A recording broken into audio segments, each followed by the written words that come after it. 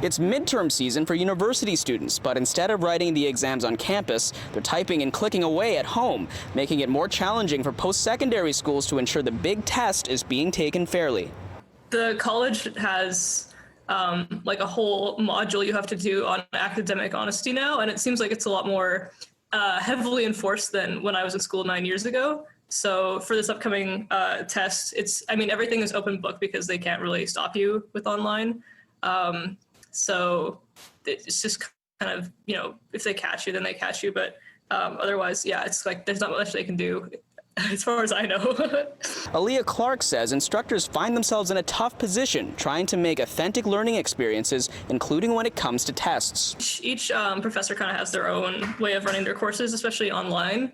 And yeah, a lot of them encourage you, try not to use your notes and try and treat it as a real test, that you would be taking in school in person. But, they're like, well, we understand that you might do it open book. There are some Canadian universities that use online exam proctoring software, typically used by some students that live far away from campus. Some instructors think that the widespread use of such software isn't the answer. Personally, I feel that if I have to engage in surveillance of my students, perhaps there's a bigger problem. The University of Toronto has a program called Examity, which offers live exam monitoring by humans or artificial intelligence. It also makes recordings available for up to 60 days.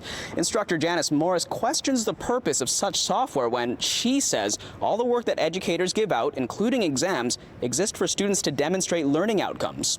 We have to be more responsive to the fact that we live in a rapidly changing world, and that means really taking a hard look at our tools of assessment. There are many people who will lie and cheat regardless of the circumstances.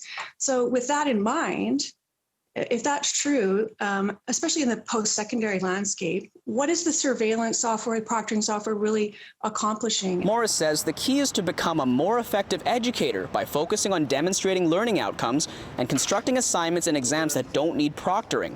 I build in more time into things that are timed, but also amending some of my assignments that would have been in class timed assignments to also offer more creative options. And there's usually some experiential or creative component or a demonstration component where I can actually assess real engagement and real learning. Morris adds that her university currently doesn't enforce exam proctoring software.